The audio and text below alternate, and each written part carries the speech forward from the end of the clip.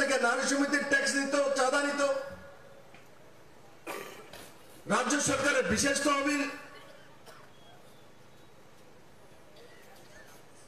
আপনার ছেলে বড় হয়েছে দোকানদারি করে, তো ডিএফ এর নামে তার কাছ থেকে চাঁদা নেবে।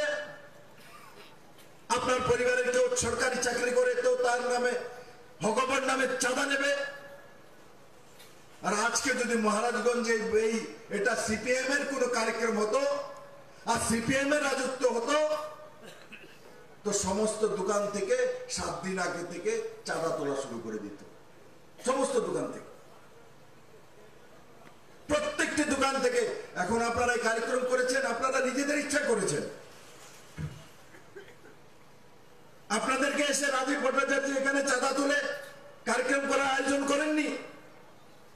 আপনাদের বিরাট মুখ্যমন্ত্রী ডক্টর মানিক শাহ কোন লোক পাঠিয়ে এখানে চাঁদা তুলেননি।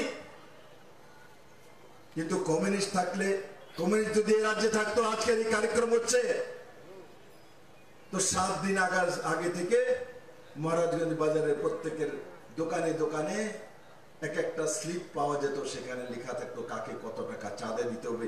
এই কার্যক্রমের বদলে এখান থেকে 10 লাখ টাকা তুলে মেলার মাঠে নিয়ে চলে যেত ক্যাডার ফলানোর জন্য। ভারতীয়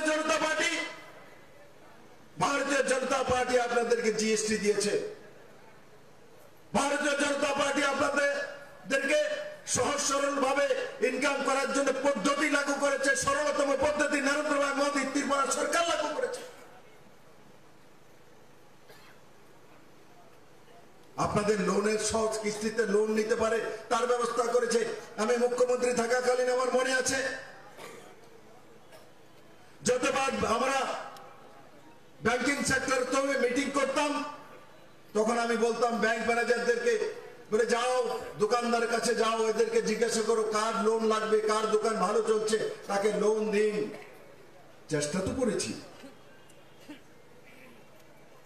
আর কমিউনিস্টরা কি বলতো, আপনাদের এখান থেকে চাঁদা তো নেবে, আপনাদেরকে কি বলা হতো, ব্যবসায়ী ছোট হোক বড় হোক, আপনারা শোষণকারী শ্রমিকদের ব্যবসায়ী। আপনি ছোট হোক, 1 লাখ টাকার ব্যবসা হোক আর 1 কোটি টাকার ব্যবসায়ী হোক, আপনি তো কমিউনিস্টের দুশ্মন, আপনি তো খেটে খাওয়া মানুষের দুশ্মন,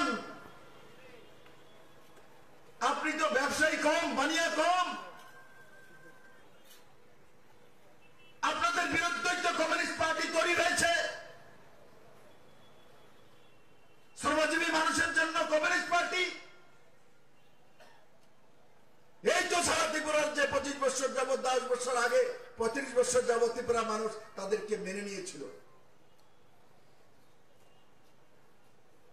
আর কংগ্রেস,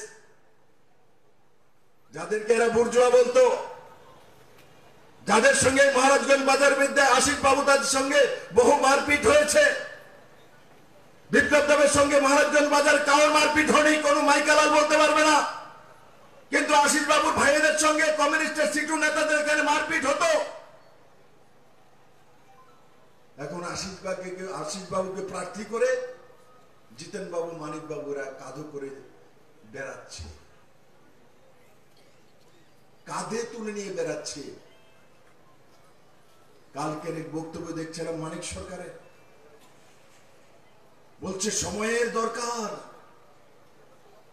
বিজেপিকে ঠেকানোর জন্য, মোদীকে ঠেকানোর জন্য, দেশ রক্ষার জন্য, গণতন্ত্র রক্ষার জন্য। সিপিএম আবার গণতন্ত্র, সিপিএম আবার দেশ।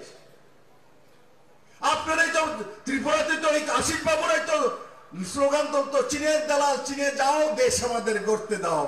কি করবেন আশিস বাবু এবার গুলবাজারাইয়া?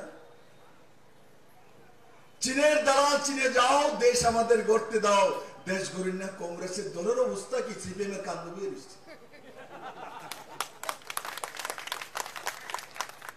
নমুনা কি, মডেল কি? ওর কমিউনিস্টরা কংগ্রেসদের কি বলতেন? কংগ্রেসের